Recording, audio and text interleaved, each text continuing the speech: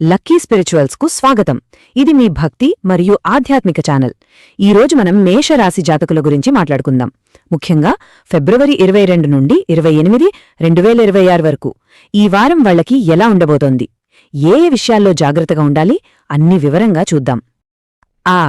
మొదలుపెట్టే ముందు ఒక చిన్న విషయం. మీరు గనక మేషరాశివారైతే దయచేసి మీరు ఏ ఊరి నుండి చూస్తున్నారో కింద కమెంట్స్లో చెప్పండి. మనమందరం కలిసి ఈ ఆధ్యాత్మిక ప్రయాణంలో ముందుకు వెళ్లడానికి ఇది చాలా హెల్ప్ అవుతుంది. సరే, ఇక విషయంలోకొచ్చేద్దాం. అసలు మేషరాశి వాళ్ళ స్పిరిట్ ఏంటి, వాళ్ళ లోపల ఉండే ఆ లీడర్ ఎవరు? ముందు అది అర్థం చేసుకుందాం.